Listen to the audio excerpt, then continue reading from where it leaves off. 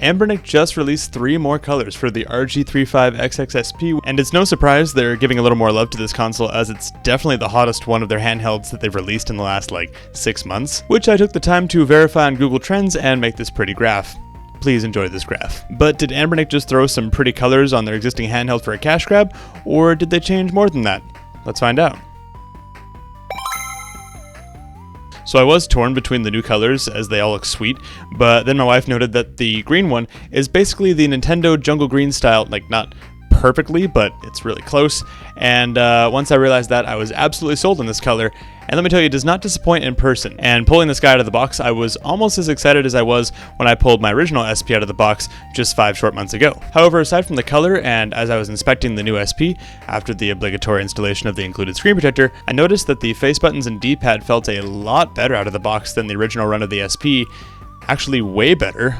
Not only that, but the handheld was also silent as I moved it around, in that the bumpers and side buttons weren't rattling around anymore like the first one was. Making sure I wasn't crazy, I did a little research, and sure enough, Anbernic low-key refreshed the RG35XXSP lineup. Beyond the refreshed colors, they seem to have upgraded the rubber membranes used in the D-pad and face buttons, which, let me tell you, makes a big difference over the original stock buttons. And let's actually do a sound comparison between my original stock buttons before I did the tape mod on them and the refreshed SP buttons.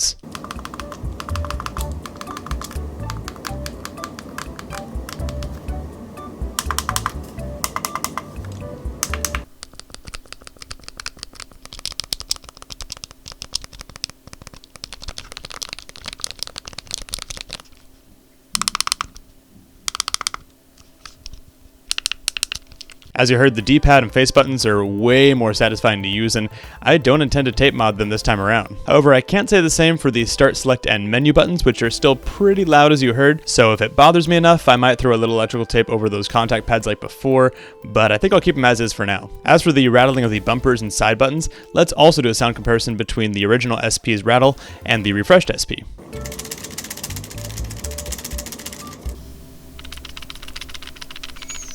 So yeah, definitely a more solid feeling handheld out of the box this time. Another thing people mentioned online was that Anbernic beefed up the heat shielding between the CPU and the battery this time round, which were unpopularly right against each other in the original run. I took my new SP apart to see for myself, and sure enough, they did add a little bit more shielding between the CPU and battery, and by a little, I mean about as little as they possibly could have done, but given that to do anything more, they would need to update the design of the handheld dramatically.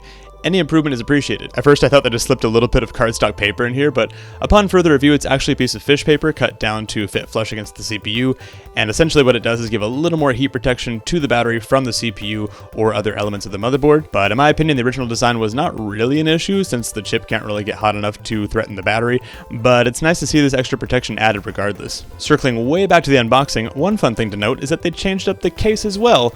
Originally I think it was a hard shell black box. I wouldn't know it necessarily because I didn't splurge for it the first time around, and then I kind of regretted it when I did a lot of travel over the summer and was throwing my SP in a bag and worried I'd scratch its pretty aesthetic. But now the case is this presumably faux leather satchel style case with the Anbernic logo stamped on, and I think it looks pretty nice. As far as software goes, the Anbernic stock OS for the SP is exactly the same as it was when the original shipped, aside from maybe the minor bug fixed versions of the firmware they've released on their site since then. But for those who saw any of my SP content in the last number of months, you know that MuOS is my custom firmware of choice for my Linux-based Anbernic devices, and if there was any doubt, I can confirm that it continues to work great on the ESP, and is still my preferred way of getting a dedicated 64 emulator with the Rice plugin going to squeeze as much performance out of this handheld as possible. Plus, there's that pretty XP theme that some random tech YouTuber spent way too much time creating. Yeah. And speaking of MuOS, I just saw the announcement on their Discord this week that the next version, MuOS Banana, is almost here, so make sure you subscribe to catch my coverage of it when it releases. Hey, editing Coulter here. After filming, I decided to list my original SP on my store, which admittedly I've been very bad at promoting, but it's up on there and you can get it at a pretty good discount compared to what it's listed for, even at a discount on Anbernic's site. So check it out, grab it if you want, and while you're on there, you can look at all the other merch I put on there, which I think is pretty cool stuff. I do appreciate that Anbernic is listening to what its customers are liking and aiming to give them more of it, and hopefully they'll release a few more colors that match the popular variants of the GBA SP, like the solid red and blue variants. But how about you? Are you finally going to snag an SP now that they've added these colors and tweaks, or will this be your second or 9th RG35XXSP? Thanks so much for watching, subscribe to help out the channel, and I'll see you guys next week.